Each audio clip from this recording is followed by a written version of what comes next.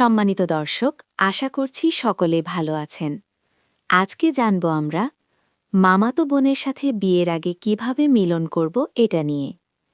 আপনি কি কখনো ভেবে দেখেছেন মামাতো বোন, খালাতো বোন, ফুফাতো বোন এরা কি আমাদের জন্য হালাল নাকি হারাম?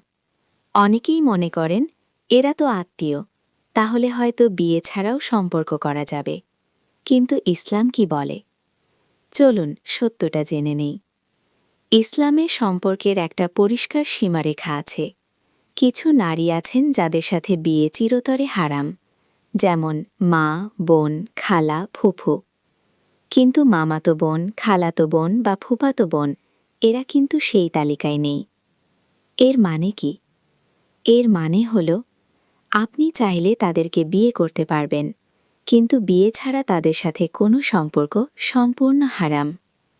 হ্যাঁ, একদম স্পষ্টভাবে বিয়ে ছাড়া তাদের সাথে শারীরিক সম্পর্ক করা জিনা বা ব্যভিচার হিসেবে গণ্য হবে।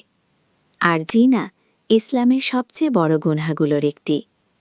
আল্লাহ তাআলা কোরআনে বলেন, তোমরা জিনার কাছেও যেও না, নিশ্চয় এটি অশ্লীল কাজ এবং খুবই নিকৃষ্ট পথ।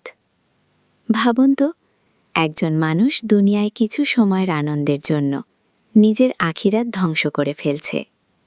মামাতো বোন হোক বা অন্য কেউ, বিয়ে ছাড়া কোনো সম্পর্কই বৈধ নয়। ইসলাম আমাদের সম্পর্ককে পবিত্র রাখতে চায়। এটা শুধু নিয়ম নয়, এটা আমাদের সম্মান, আমাদের ইজ্জত রক্ষা করার পথ।